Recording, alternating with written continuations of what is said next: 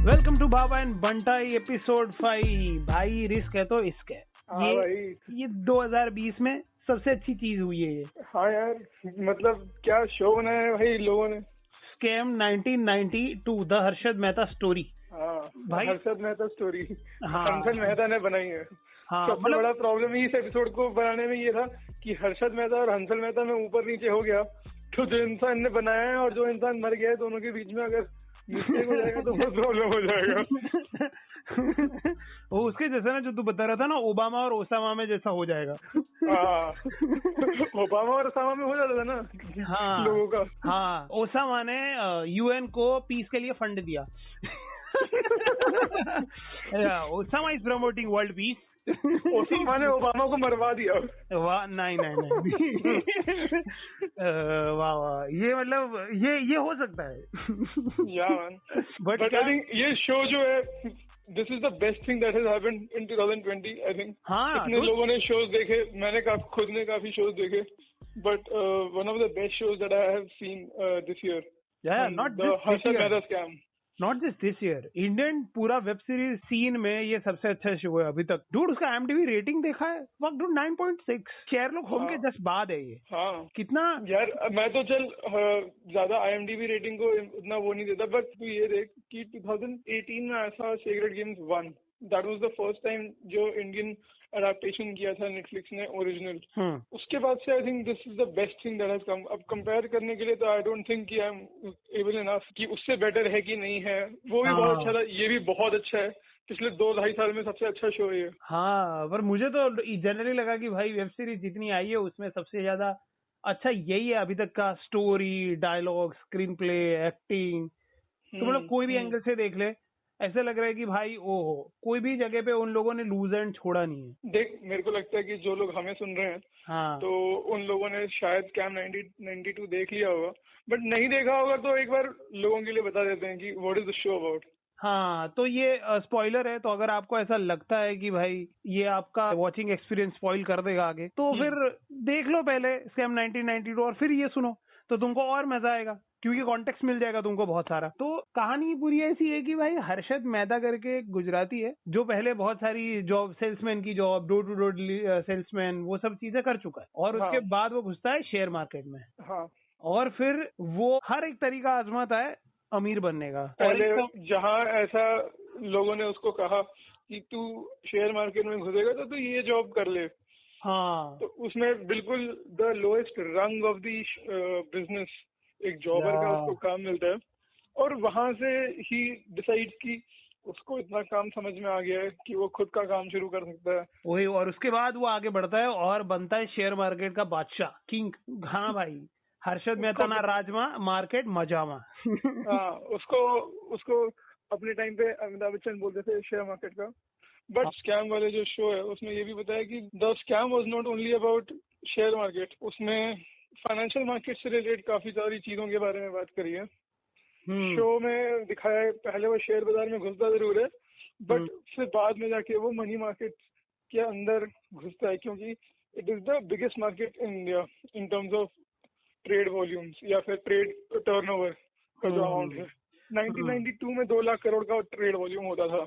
और बाद में वो बैंक के साथ मिलके, SBI बैंक और बाकी सारी कुछ बैंक्स के साथ मिलके उनके पास से फंडिंग लेके उसने फ्रॉड किया। ऑल्दो आई डोंट नो कि उसको अगर फ्रॉड बोल सकते हैं कि नहीं। एक्चुअली उसने क्या किया था कि उसने बैंक से पैसा लिया, और उस समय पे 15 दिन का विंडो होता था कि तुमको ट्रेड करना है तो तुमको 15 दिन का विंडो मिलता है, और बेस्ट वैल्यू मिले तुमको उसके लिए बैंक्स ब्रोकर को पैसा दे देती थी कि भाई देख लो, जब अच्छा वैल्यू मिले तब तुम अपने हिसाब से ट्रेडिंग कर लेना।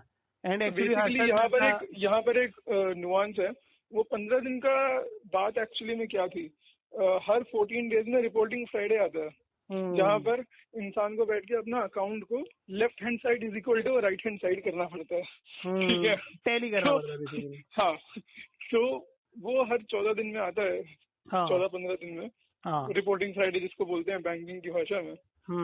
तो उस टाइम पे काफी ऐसी चीजें हुआ करती थी जो कि नॉन इलेक्ट्रॉनिक मार्केट की वजह से एग्जिस्ट करती थी।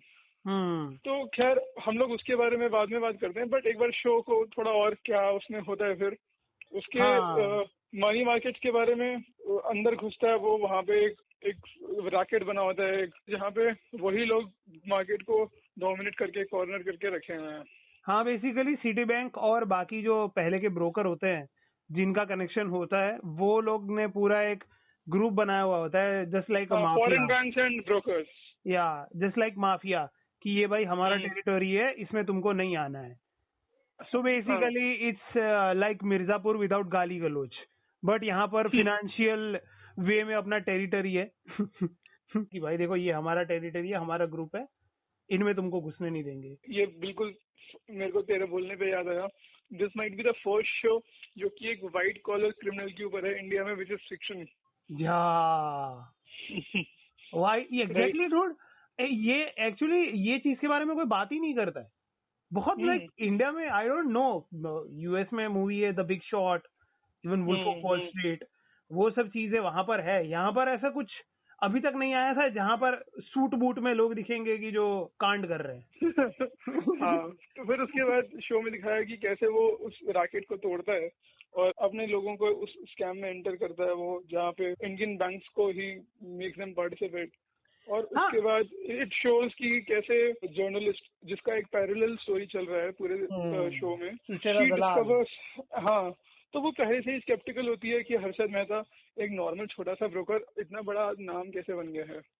So she was always skeptical and she ultimately discovers there are people who are talking about something. और फिर थोड़ा और घुसने के बाद she is able to put out an article जो कि पहली बार somebody is able to point out कि this is something which is going wrong. I think बाकी स्टोरी लाइन रहने देते लोगों के लिए वरना फिर उनको लगेगा कि वह तो पूरी सीजन इन लोगों ने बोल के ही खत्म कर दी। नहीं, अल्टीमेटली फिर एक बात और ये कि फिर the show then progresses from earlier how he had done the scam to how it was tried. उसका इन्वेस्टिगेशन की कितना बॉच्ड अप था, लोग तो कितने सारे इन्वॉल्व थे, बट एक पॉलिटिकल प्रेशर, एक स्केपगोटिंग का जो इंडिया में कल्चर है उसके बारे में शो में बात किया है। और अल्टीमेटली कैसे सिर्फ उसी के ऊपर सारा फोकस चला गया और बाकी सारे जो corrupt parts of that system थे उनको इग्नोर कर दिया गया। हाँ, बट यार मुझे एक बात बता, तू है फिनेंस मार्केट में जर्नलिस्ट, राइट? तो अभी तू ये बता कि उसने एसबीआई से पैसा लिया, ठीक है, वो 14 दिन के लिए वो अपने पास ही रखता था। Now he used it for another purpose. उसने अपने जो खुद के क्लाइंट्स से उनकी मार्केट का, उनका शेयर का प्राइस हाई करने के लिए उसने वो पैसा यूज किया। हाँ, बट वहां पर ऐसा स्कैम नहीं है ना कि वो एक्चुअली बैंक का पैसा लेके भाग गया। उसने तो बैंक का पैसा रिटर्न किया ना। उसने बोला कि भाई ये लो तुम्हारा पैसा, मेरे पास जो था मैं रेडी हूँ सब कुछ तुम्हारा हिसाब क्लियर करने के लिए। तो फिर मैं ये सोच रहा हूँ कि तो फिर ये स्कैम कैसे हुआ? क्योंकि ना तो किसी के पैसे लेके भागा है जैसे नीरव मोदी भागा है या फिर विजय माल्या भागा है। हाँ, तो ठीक है, मैं तेरे को बताता हूँ कि why is it not completely all right to do what he was doing. हाँ, देख, तेरा पैसा बैंक में तू डिपॉजिट कर रहा है, तेरे पापा को एफडी करानी है, तेरे पापा को शेयर मार्केट में नहीं है भरोसा, मान ले, या तेरी मम्मी को नहीं है भरोसा, तेरी मम्मी चाहती है एफडी में पड़ा रहेगा, कोई टेंशन की बात ही नहीं है, कोई रिस्क तो नहीं है कम से कम। लेकिन हमारे सर जी का फंडा ही था, रिस्क है तो इश्क है।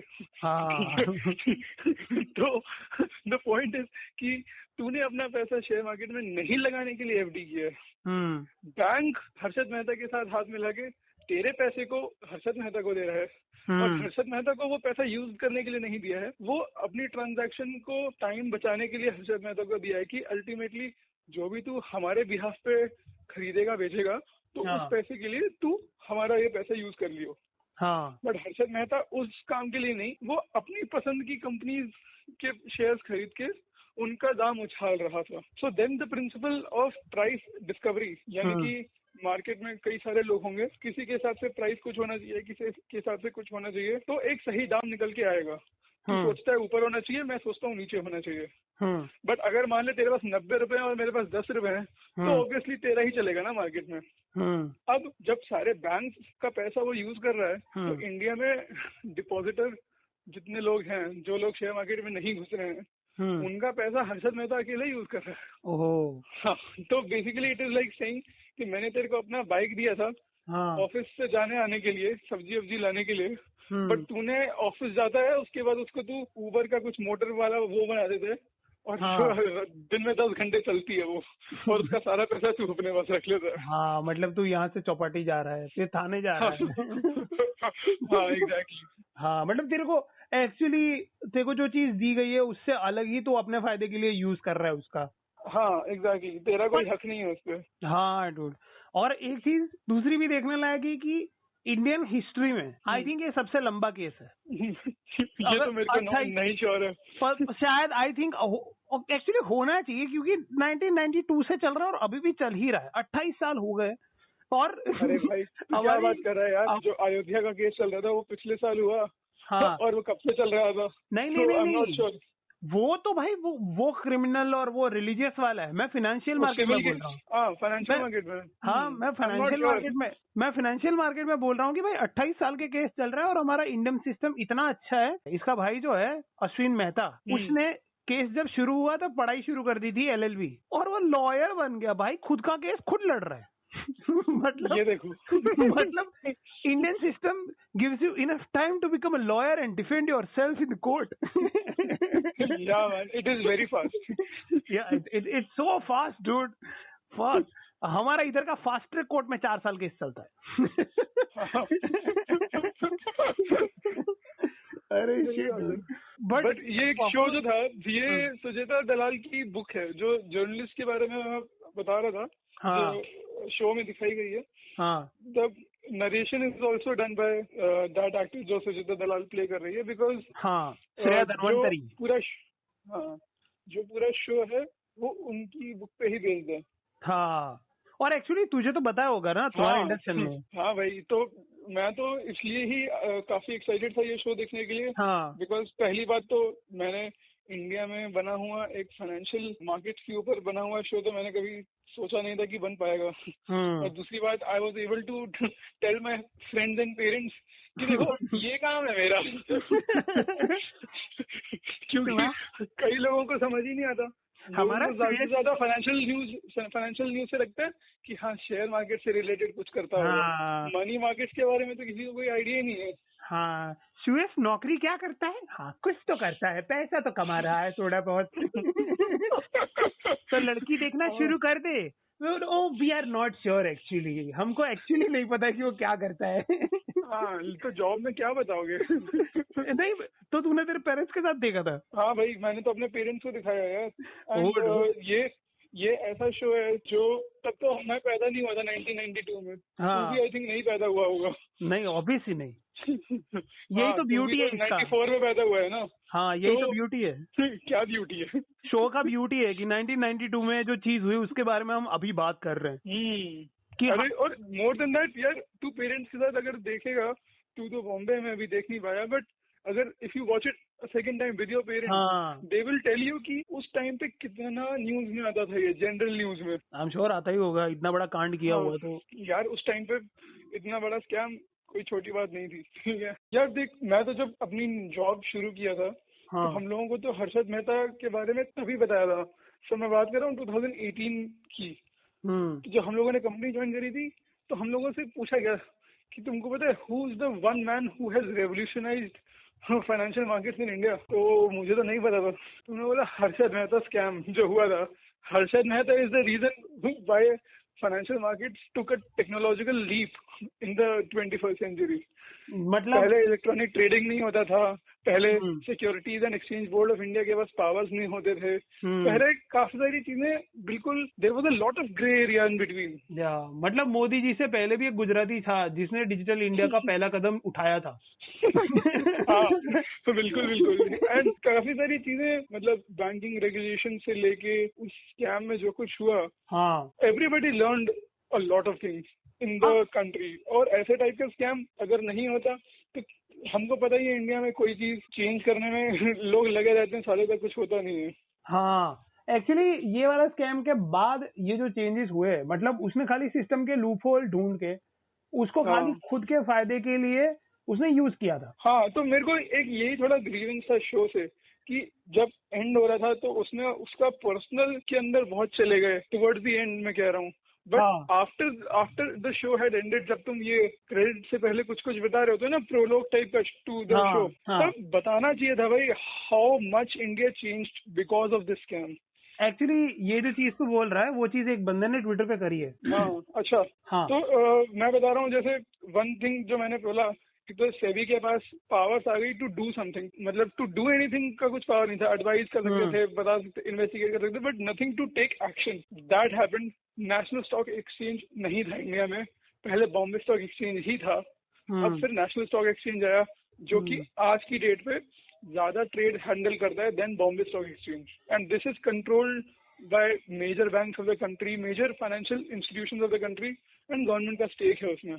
और जो हमने 14 दिन की बात करी थी ना, पता है, जो तू 14 दिन का बोल रहा था कि 14 दिन लगते थे, वो भी कम हो गया, आई थिंक 1 डे हो गया है। ऑब्वियसली इलेक्ट्रॉनिकली चीजें होंगी तो you will be able to keep a better track of things. हाँ, मतलब तुमको 1000 फाइलें खोल के उसके अंदर से ट्रैक करना पड़ रहा है। There is a scene in the show where उसमें दिखाया है कि ओवरराइट कर दिया है पेन से किसी लेटर को।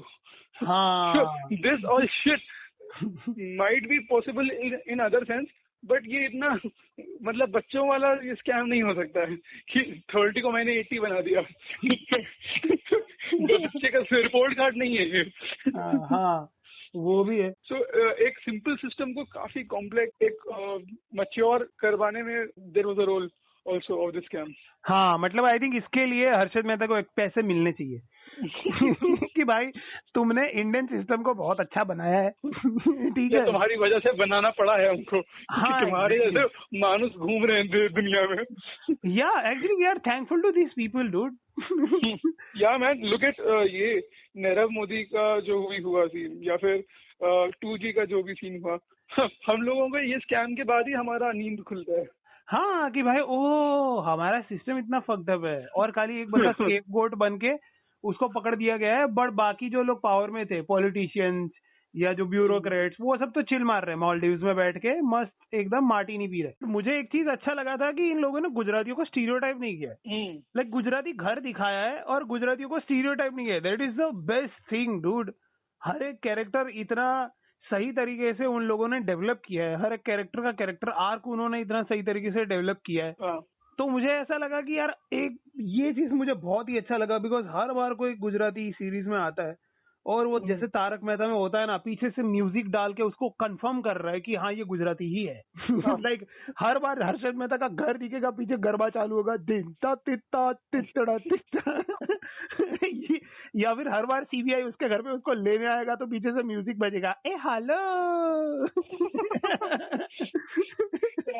ये अच्छा लगा मेरे को। में पूरा तू स्टीरियोटाइप छोड़ यार, पूरे शो में जब तूने खत्म किया, can you look back and think कि एक भी कैरेक्टर का पर्पस क्या था ये तेरे को नहीं समझ में आया।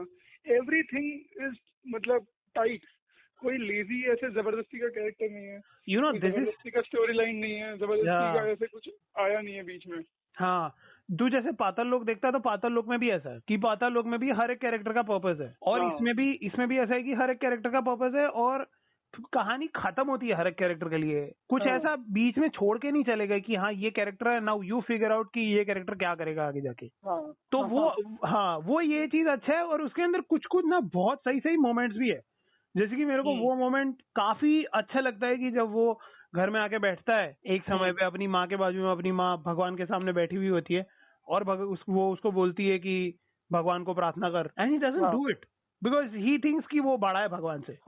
मतलब ऐसे शोज तो और भी आए हैं, but this was completely different यार। पूरे शो में जबरदस्ती का कहीं कोई गाना नहीं है। हाँ, आई एम श्योर अगर ये वाला सीन में जो बोल रहा हूँ उसके अंदर ये लोग गाना डाल ही देते कि उसके बाद उसकी माँ ने उसको कुछ बोल दिया एकदम सेंटी सा मेलोड्रामेटिक कि अरे तू मेरी बात मानता ही नहीं है, और फिर हर्षद मेहता एकदम से जाके वो लंबे ग्लास वाली खिड़की के सामने जाके खड़ा हो जाएगा, उसका ऐसे रिफ्लेक्शन दिखेगा और पीछे से गाना शुरू होगा, क्या मैं इतना बुरा हूँ मैं माँ। होता जबरदस्ती का कुछ नहीं है पूरे शो में, कुछ नहीं है। There is no unnecessary music, there is no unnecessary joke in the whole thing, और उसके अलावा यार अगर हम म्यूजिक के बारे में बात कर ही रहे हैं तो भाई हाँ। उसका टाइटल ट्रैक यार fuck। हाँ, अर्चित करके एक बंदा है, उसने बनाया है उसका टाइटल ट्रैक, काफी सही। और इसका जो डायलॉग्स जो लिखे हैं, वो डायलॉग लिखे हैं सुमित पुरोहित और करण व्यास ने। करण व्यास ने इसके पहले रॉन्ग साइड राजू करके एक गुजराती मूवी आई थी, वो भी लिखी हुई है। अच्छा, तो वो भी भाई बहुत बढ़िया है, तूने देखी है क्या? हाँ भाई, वो नेशनल अवार्ड जीती हुई है और वो भी प्रतीक गांधी की ही पिक्चर है। अच्छा। हाँ चलो लिसनर के लिए और भी कुछ है जो थोड़ा somewhat by the same makers देखने के लिए है कुछ, वो भी नेशनल अवार्ड विनर है। हाँ, प्रतीक गांधी जो है इसमें हर्षद मेहता का रोल किया है और अंजलि बारोट ने इसमें उसकी वाइफ ज्योति का रोल किया है। श्रेया धन्वंतरी जो है उन्होंने सुचेता दलाल का रोल किया है। बहुत बहुत सही तरीके से रोल किया यार सुचेता दलाल का उन्होंने। हाँ यार, and there is an element जहाँ पर तेरे को कोई ऐसा फैमिली मोमेंट जो हम लोग बात कर रहे थे कि there are so many elements of family life shown in the show, हाँ विच डज नॉट, मतलब ऐसा नहीं है कि थ्रिलर फाइनेंशियल मार्केट के ऊपर तुम्हें थ्रिलर शो बनाना है तो हाँ वो फैमिली एलिमेंट ही तुम एलिमिनेट कर दो। हाँ, मतलब पूरे सीरीज में एक चीज है कि इसके अंदर ना चारों तरफ से सारी चीजें कवर की गई है कि भाई उसकी फैमिली का क्या रिएक्शन है, उसका भाई उसके साथ है तो उसका क्या रिएक्शन है। बिकॉज अल्टीमेटली अगर एक आदमी कुछ करता है तो वो सबको अफेक्ट करता है। हाँ एग्जैक्टली।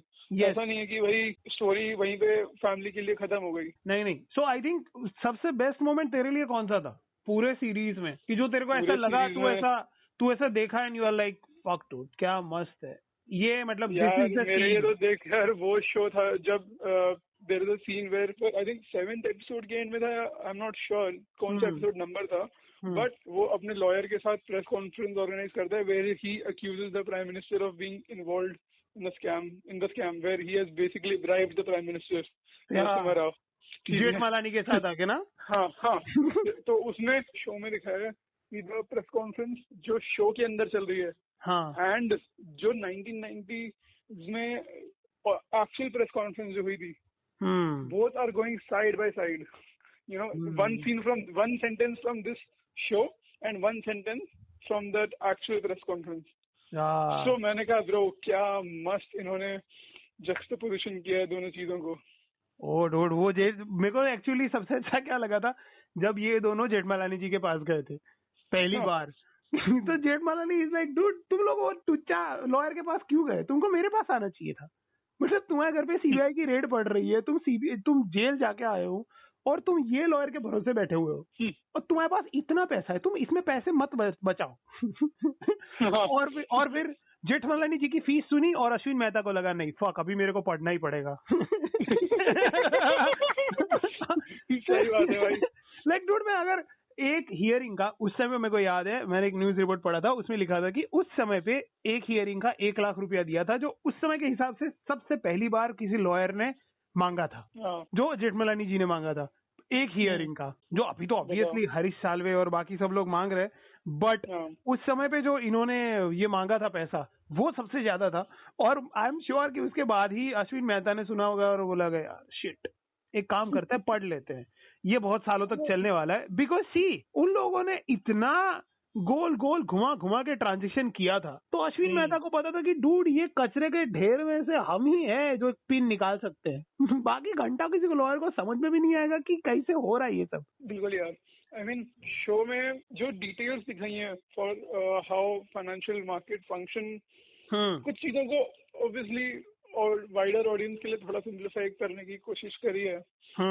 मतलब स्टार्टिंग में मुझे लगा कि ये बुल्स एंड बेयर्स का इतना ज्यादा जो ये बार बार रिपीटिशन में डाल रहे हैं, but I think that was necessary अगर तुम शो के बाद में जाओगे तो स्टार्टिंग में मुझे लगा था कि यार ये क्यों है, नहीं पर लगा कि भाई ये तो शो में दिखाना स्टार्टिंग में जरूरी था, because when Harshad Mehta had started off जो शुरुआत के एपिसोड में, and when Harshad Mehta scam eventually became what it was, उसके बीच में how many people actually started doing share market because of Harshad Mehta? Yeah.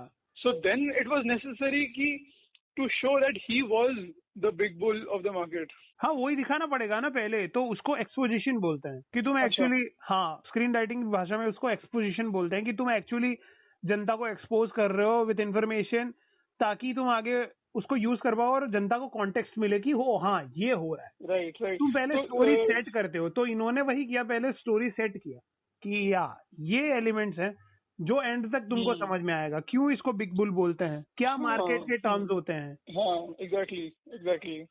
मेरा एक्चुअली जो सबसे फेवरेट सीन है उसके भाई के साथ का जो लास्ट सीन है, हाँ जब वो थाने की जेल में जाता है, सेकंड टाइम जब पकड़ा जाता है तब थाने की जेल में जाता है, वो वाला सीन की जब वो उसके भाई को आके बोलता है कि यार मैं तेरे को निकाल दूंगा, क्योंकि यार हक कर दें फिर। क्योंकि ये चीज जो है वो मैंने बहुत सारे घरों में देखी है।